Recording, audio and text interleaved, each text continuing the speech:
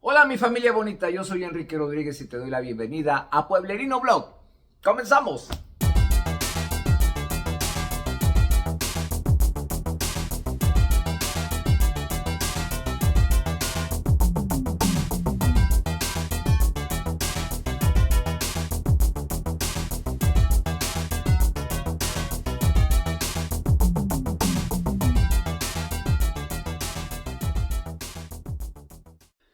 Pues sí, mi familia bonita, el gran enigma de la humanidad. ¿Hay o no hay vida interplanetaria? ¿Hay o no hay vida en otros planetas? ¿El ser humano está solo en el universo? Sí, son constantes dudas que por décadas se han generado. Gente que de alguna forma siempre nos decía por ahí otro mundo nos vigila, porque su certidumbre en cuanto a este tema era bastante férreo, es decir, que para ellos era una realidad. Aquí en Santiago, en la década de los 70, se dio una gran serie de avistamientos. No me los contaron, yo los vi. Y los vi de manera increíble. Y aún así, uno llegas a decir, bueno, este universo es tan infinitamente grande que puede ser un tanto pretencioso creer o pensar que somos los únicos en este universo. Este capítulo lo he titulado Luces en el cielo y espero que lo disfruten.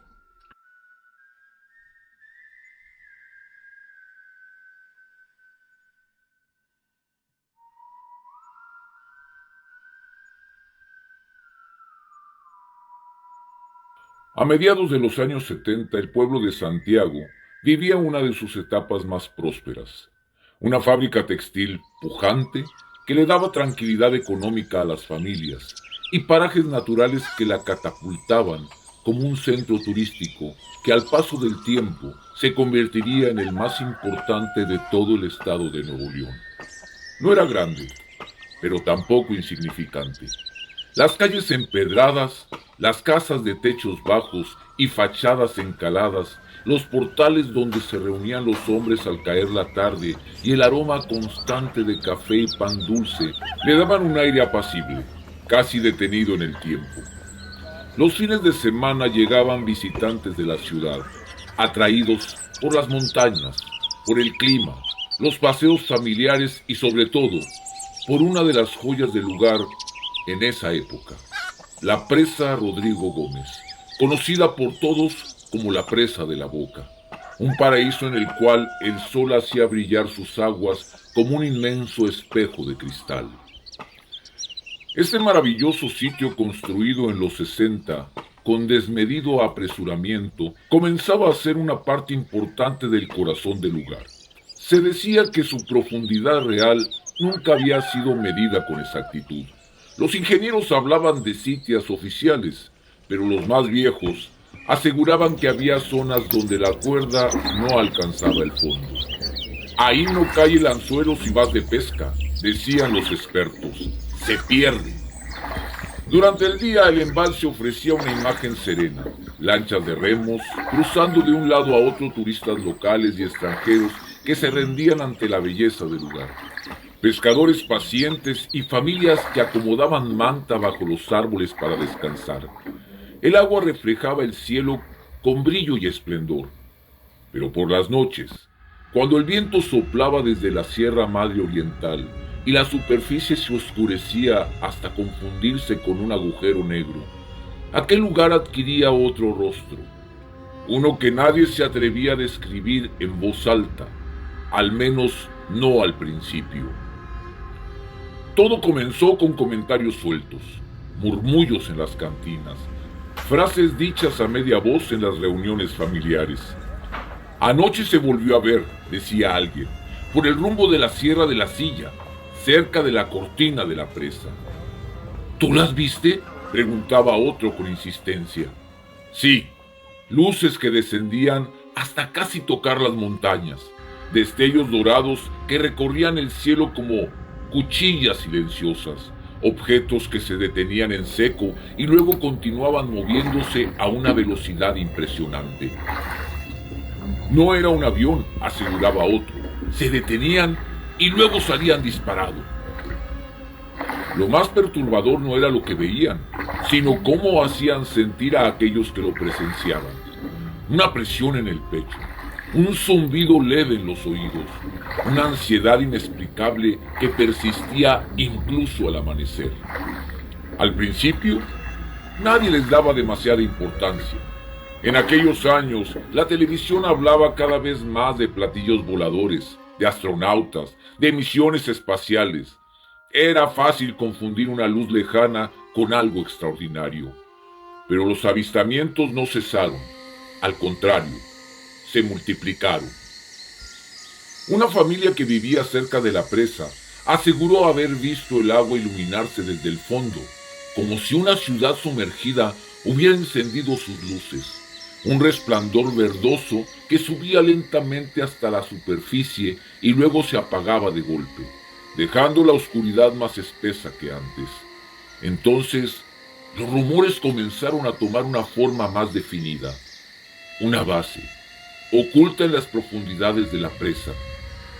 No una nave pasajera, sino algo fijo, antiguo, casi incluso anterior al pueblo mismo. Se decía que las luces no venían del cielo, sino que regresaban a él después de emerger del agua. Hubo noches enteras en las que el cielo parecía cobrar vida. Desde los patios, las azoteas, los caminos rurales, la gente comenzó a notar luces que no se comportaban como estrellas ni como aviones. Eran puntos intensos, blancos o dorados, que aparecían de la nada. Se movían en silencio absoluto y luego se dividían. Algunos juraban haber visto 8, otros 10.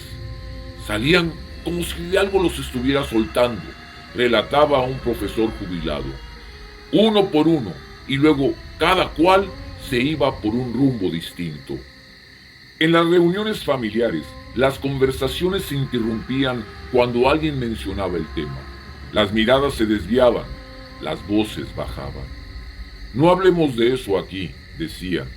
No se les vaya a antojar aparecerse. Pero aquello ya era del dominio público, del cual hasta los niños del pueblo conocían. De pronto, y sin así proponérselo, las historias psicóticas de la gente comenzaron a circular por todas partes. Los pobladores se obsesionaron al grado de que, como mudos vigilantes, se pasaban las largas horas de la noche contemplando el oscuro del cielo en busca de un avistamiento o señales de que estaban siendo vigilados, o por qué no, examinados por seres de otro mundo. Las ocasiones en las que lograron su objetivo fueron muchas, y los relatos creados en su entorno, más. Las historias más inquietantes venían de los pescadores nocturnos, hombres curtidos, poco dados a la fantasía, que empezaron a regresar antes de la medianoche, pálidos, con las miradas perdidas. Una base oculta en las profundidades de la presa, contó uno, como si hubiera luces prendidas en el fondo. Y se escuchaba un zumbido, agregó otro, no fuerte, pero se te metía en el pecho. Por algo la construyeron ahí, susurraban. Por algo escogieron la presa para construir su base. Hay testigos que afirmaban haberlos visto emerger de sus aguas y surcar el cielo. Con el paso de las semanas, surgieron los primeros testimonios de encuentros cercanos. Una mujer aseguraba haber visto a 2 figuras delgadas, de piel pálida y ojos negros, paradas junto al camino que bordea la presa. Un joven afirmaba haber despertado con marcas circulares en el brazo y un recuerdo borroso de una luz entrando por la ventana. Pasó en el álamo, decían algunos. A mí me contaron que los vieron en la cola de caballo, argumentaba otro. Pero la verdad es que los avistamientos y encuentros se estaban dando en muchos de los lugares del municipio. Algunos incluso mostraban fotografías, imágenes granuladas, en blanco y negro, donde se distinguían manchas luminosas, siluetas borrosas sobre el agua o al borde de los caminos, reflejos imposibles en el cielo nocturno. Nadie podía probar que fueran falsas, pero tampoco verdaderas. La tensión comenzó a filtrarse en la vida cotidiana. Los niños ya no jugaban después del anochecer. Las familias cerraban puertas y ventanas temprano. En las pláticas de sobremesa apareció una palabra que antes nadie se atrevía a pronunciar: invasión. ¿Y si ya están aquí?, decían a un comerciante. ¿Qué esperan? Don Maurilio, no sea usted menso, increpaban los escépticos. Son alucinaciones de la gente. Las autoridades minimizaron los hechos. Dijeron que se trataba de fenómenos atmosféricos, de histeria colectiva. Pero nadie pudo dar una explicación lógica del por qué. A partir de entonces, ciertos animales, como los caballos de paseo en la presa, se mostraban renuentes a acercarse al agua. ¿O por qué, de pronto, los radios en la localidad emitían interferencias cuando caía la noche? El miedo ya no era un rumor, era una presencia constante, un nudo en el estómago de todos en el pueblo. Y aunque con el tiempo los avistamientos disminuyeron, nadie volvió a mirar la presa de la misma manera, porque aún hoy, quienes vivieron aquellos años aseguran que si uno se queda en silencio absoluto, muy entrada la noche, puede ver, allá en el centro del agua, un resplandor tenue, como si algo muy abajo siguiera despierto, esperando. Ya algunas generaciones se han ido, pero quienes quedan aún recuerdan aquellos años 70 como la década de las luces en el cielo de Santiago.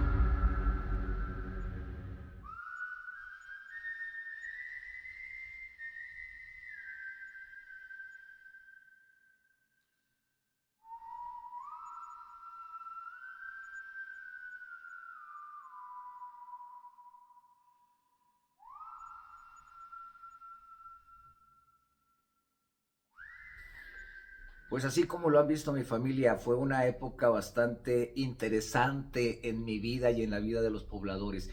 Debo de aclarar que para estos tiempos de los finales de los 70, su servidor andaba entre los 19 y 18, 17 años aproximadamente. Yo cumplí los 20 hasta ya estando en la década de los 80.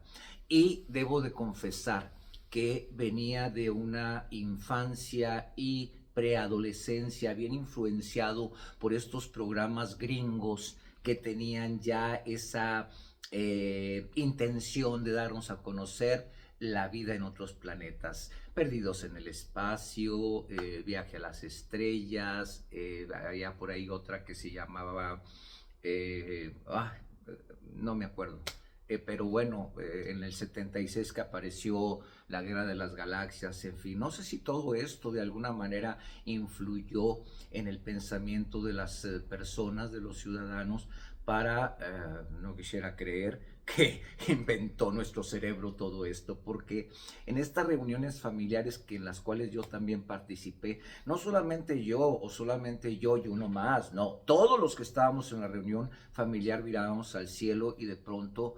veíamos como una especie de nave nodriza y de ella salía una serie de puntos, entre 8 y 10 puntos luminosos que de pronto se esparcían y se desaparecían, y luego la nave volvía y se perdía en lo oscuro del cielo en la noche.